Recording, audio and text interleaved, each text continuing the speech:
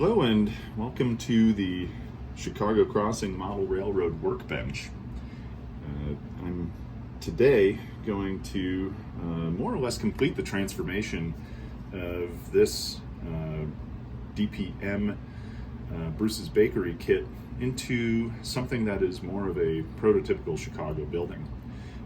So in some photos that I placed up on the community page, we went through the very first step, where what we're going to do is turn this into a more typical Chicago bar.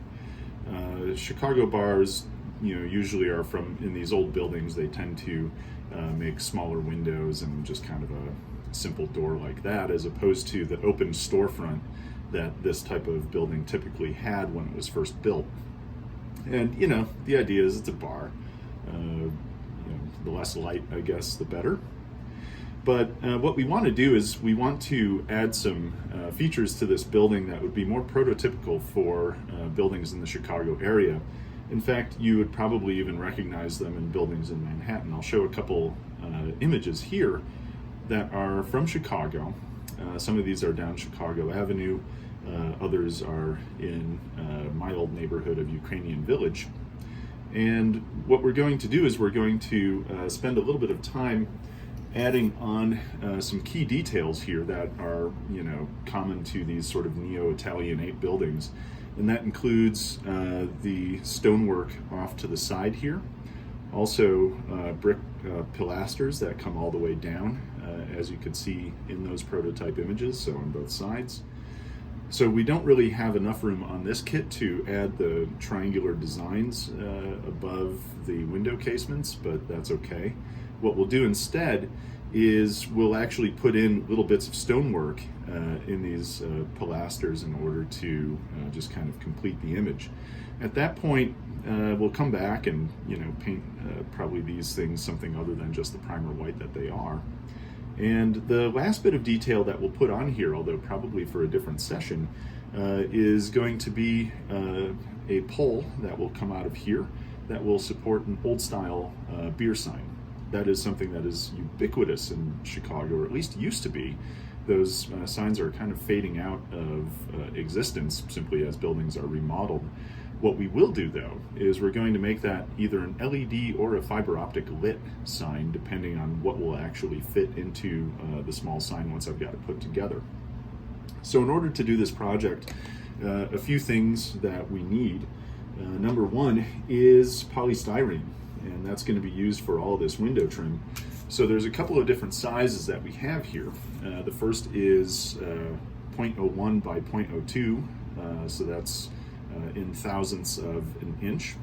That is going to form the smaller stonework that comes down off of the top of these casements here that'll kind of interact with that. And then the second is going to be this, which is 0.01 thou by 0.125. That is going to be more for the stonework that will exist along the sides here once we actually get that brick into place right along here. Now the brick itself is going to be this stuff. This is from Rail Scale Models. It's a wall laminate. It's very, very thin. It's actually just about as thin as this polystyrene, which is on purpose because, as you can see in the prototype photos, that stonework is actually just inset into the brick. It's not actually sticking out from it. So the last detail that I had added in a couple of weeks ago to help, again, make this a little bit more of a prototypical Chicago building from the 80s and 90s is a Solozzi Edelson and Edelson Chevrolet ad. These things were incredibly ubiquitous throughout Chicago, especially the poorly produced TV commercials where you have Solozzi and Edelson saying you always save more money over at Elmhurst in York and Roosevelt Roads. So anyway, this is another one of those kind of decals that I cooked up, pasted it on the side of the building. This ad actually faces the railroad station over on 95th Street, according to my layout design. And so you don't see it if you just kind of stare at the layout from the front, but you do see it if you kind of crane your head around and take a look at what the passengers waiting at the station might be seeing on the side of this building. So anyway, with that, let's get started. First thing we're going to do is measure and then cut a bunch of these pieces, and then we'll start assembling onto the facade of the building. So what I've done now is I've cut to size these little strips of brick, and again the idea is they match the size of these polystyrene bits. And just on a kind of a test fit, you can see more or less how that will look. The nice thing is, again, it's so thin that at the bottom here, it's going to, be thinner than the top of this, little ledge over here, just like the prototype. And then it'll be thin enough to where it'll come up to probably just the top of where this cornice work is here. And again, I think that'll be nice and prototypical. So what we're going to do is cut these to final size on the top, glue them down, and then at that point I'll start making some of the stonework pieces to actually attach onto the top here in the places where they ought to be. The last thing to point out is down here, there's almost always on these buildings kind of a stone strip. And you can see that in, I'll repost the image, and so you can kind of see that actually kind of interrupts the brickwork. So the brick is actually going to start more or less where these window sills are. And again, the beautiful thing about this extremely thin piece of styrene is that will fit directly underneath the window sills and provide exactly that kind of stone decoration. So let's go ahead and get that attached. All right, so as you can see, I've got that glued in. I did a little bit of trimming off to the sides just to make sure that is exactly where it needs to be. For glue, I'm using Starbond Thin, and main reason is simply to make sure that I can get this in place with a highly liquid glue. These are incredibly small pieces. The one thing you notice is this does actually have a high shine to it, and that is considered a feature of the glue. So that's fine. Ultimately, all of this is going to be painted. The brick is going to be touched up. As you can see, I even have painting up here to do. So I don't necessarily mind that. Mostly what I want is to make sure I've got a good controlled application of the glue on here. And so between micro brushes and the kind of small applicator that you can see on the top there, that works. Plus, because it's already a painted surface and I'm not sure what the DPM kit is, an MEK based glue doesn't necessarily seem like the best solution for that.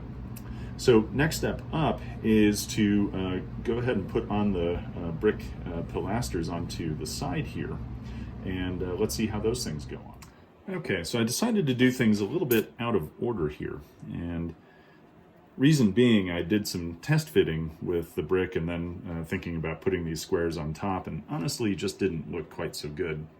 So what I've done at this point is I cut a 3mm by 3mm piece of the polystyrene here, and I've glued them into place. Let's see if I can refocus that. There we go. Glued them into place over here. This is incredibly fiddly work, and actually the other thing I recognized is it's probably good to do this as an underlayer so that I can fit the pilasters on top. And the big reason is everything here is thin, it's flexible, you have tweezers, and even on the edges here, what I've had to do, just simply because it's been a little bit of a problem to get a completely precise cut, is once I put it on, I've had to put on a little bit extra and then sand it down so that it actually kind of fits into position properly. And then that gives me these little squares here. So those elements are on there now, and that's great. So now the next thing to do is to actually go ahead and put in the pilasters as I had promised I would do, and then we'll see how those things fit. But this is kind of why I spare you the intermediate experimentation. This sort of remodeling of a tiny building requires a lot of intellectual flexibility and sort of changing directions as we go. My career, I'm actually a scientist, so mostly what I do is experiment, and in this case, no better experiment than the one you're seeing right here. All right, so here we are with the brick applied on the sides. As you can see, a reasonably snug fit, so that's not too bad at all. A couple areas where maybe I might add either a little bit of putty or even just a little bit of CA to help seal it up. But generally speaking, that's looking pretty much what I would hope for. Again, you can see the nice visibility of the stonework in there. It's about even with the brick in terms of being inset. So that looks reasonably prototypical, and then we have that first strip of stonework down there. So that's a great thing too. So now the next step is to add in all of the stonework that sits in between the different window tops over here in the casings, and also over here. These over here I'm expecting to be extremely fiddly, simply because of the extremely small size of those pieces. That may actually be a case where I leave a little bit of excess and then trim it down once it's actually in place. Again, sometimes, you know, as much as I ascribe to this old house, measure twice, cut once, in a lot of cases what ends up happening is we're talking about fractions of millimeters, and I don't really have tools that give me that resolution because of the scale of the building. All right, as you can see, now I've got everything pretty much assembled as it needs to be. What I can't understate enough is the degree of patience it takes when trying to put all of these tiny little pieces on, get them positioned correctly. There's not a lot of room for error for that, and then get them exactly cut as you need to be. This one I've left uncut just to show you what ends up happening. As you can tell, in order to have a piece large enough to work with, I leave excess there. And at that point, it's basically a matter of just coming in and essentially finding where the window is, and then going for the gusto and taking a snip off of here. And what that leaves you with is basically the stonework without having any interference with the window. And you know, as you can tell, you need to take a little bit more off, and that's fine. What you can also tell is that even from the molding of this building, again, these DPMs are ancient as far as I can understand. So you can tell not everything is exactly equivalent, and that's not for lack of measurement or just being sure that I'm equal with the windows. It's literally just the vagaries of this old of a model and how the molding actually works together.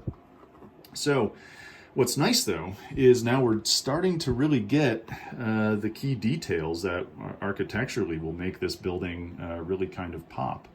So with that in mind, the next step is going to be to start painting the thing. And let's see how it starts to look once everything is in there. Now, the little gaps in between here, I've been pretty conscious about running some CA glue over the tops of that. So especially for plastics, CA is actually a wonderful sealant, and it can gap fill, which means you can use that instead of putty.